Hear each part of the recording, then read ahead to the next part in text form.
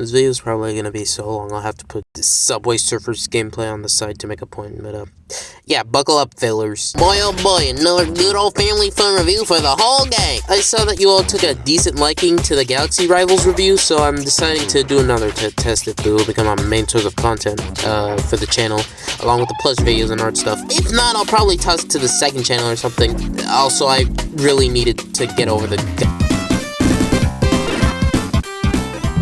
What was I talking about? Oh yeah, Wish. So chances are you've heard of the Walt Disney Company and the fourth of the world that they're gonna disappoint. They could buy a third world country if they really want to and turn it into a Disney island, but they'd rather use up all their money buying the entire entertainment industry and GoPro. Thanks, Bobby. Anyway, they've been around for about a century, and by the tip end of this century, I don't think it's too unobvious with all their get-rich-quick remakes they love making. So I guess one day, Michael the Musculus looked outside his window to see the angry Disney fans fuming at the mouth because all they do is remake the same things that they already fallen in love with, and said, yeah, alright, we'll do something for our 100th. I mean, he wasn't lying. Wish, as it appears, is a brand new story in Walter's portfolio with a brand new art style to accommodate. As for first impressions, I can compliment Disney for attempting to do something different with their usual trademark 3D style with this attempt at a blend. I think they were trying to be 3D but look kind of 2D, but it ends up looking like the movie didn't load the shaders correctly. Now, I haven't mentioned this yet, but I've already seen Wish, not in theaters, God no. I watched it when it came out on digital to see why people hated it so much, and the first time I watched it was lame. Like, I don't usually dislike things, but Wish somehow managed to make the list of things that I dislike. Good for it. If Disney is known for being a 10 out of 10 culinary genius, crafting only the finest of foods, then Wish is the soggy day-old bread he accidentally left on the counter. So this video is gonna be a sort of chance of redemption for Wish. Will it actually leave an impact on me the second time I watch it, or will it leave me with another feeling of emptiness? Probably the latter.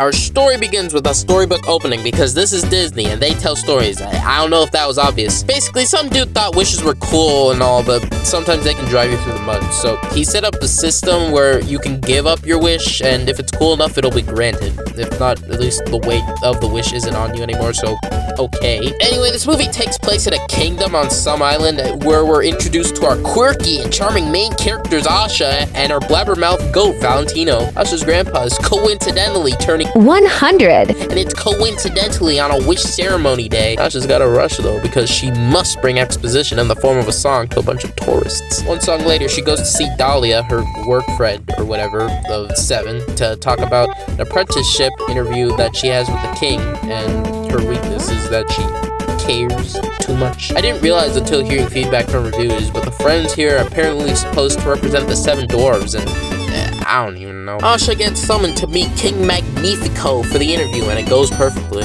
You think you should be my apprentice? Okay, well, I care too much.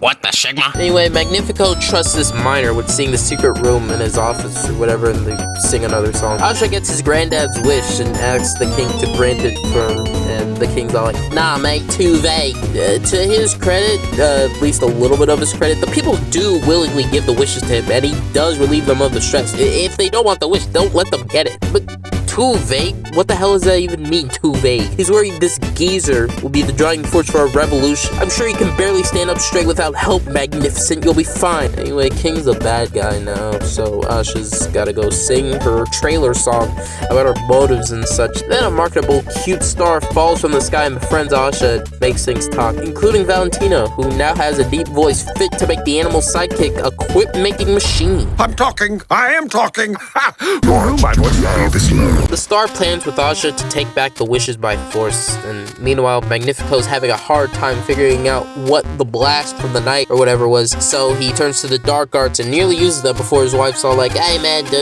don't do that. Asha tries to get her friend's help to sneak into the castle, but not after an epic chicken dance scene. She sneaks up to the castle and causes a kerfuffle. King gets mad after some town bickering, and we enter a new villain song where the people are ungrateful and such. Here he decides that having credibility is overrated and he joins the dark side. He busts into Asha's house. So this is where Major Klug lives. I grew a miter! Crushes the mom's wish in front of them, which is for the evils. They escape to the ocean where they try to live on a nearby island for some time, but Asha's all like, I started this, I gotta go finish him.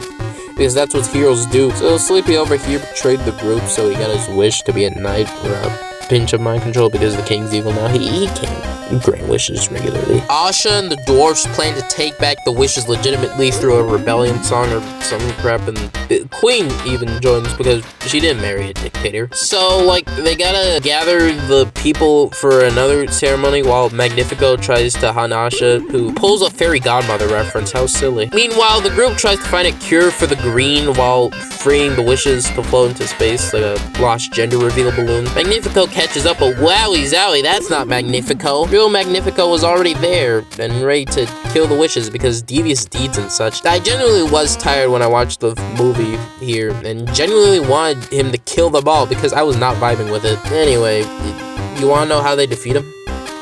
By singing. They sing and it traps him in a shard.